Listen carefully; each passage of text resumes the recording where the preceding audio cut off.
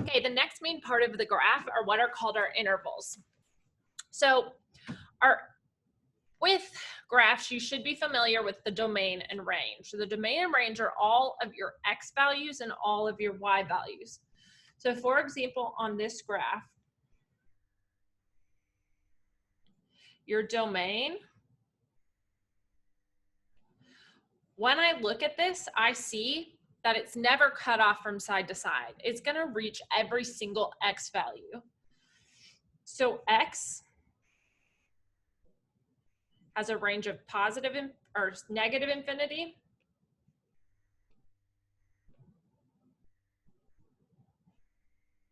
to positive infinity. So we use those terms to say how it stretches. That's the domain.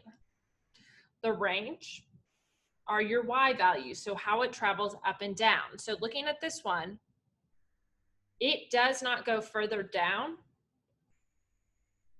than -3, but it keeps going up forever. So I'd say that the range of y is -3 to positive infinity. I'm assuming domain and range is a review. If it's not, there's tons of good YouTube videos on it. Now, what I'm concerned with is what's called the intervals. So I'm going to divide this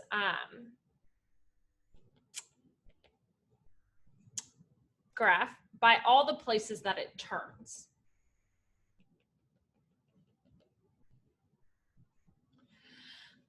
So I see that I have 1, 2, 3, 4 intervals.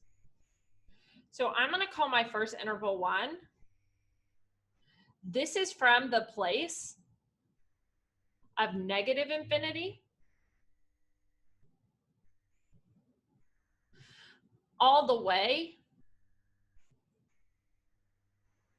to -4. I'm using x values. More formally, you'll see it written like on the next page, using our greater than less thans. So this is where x is greater than negative infinity, but less than -4.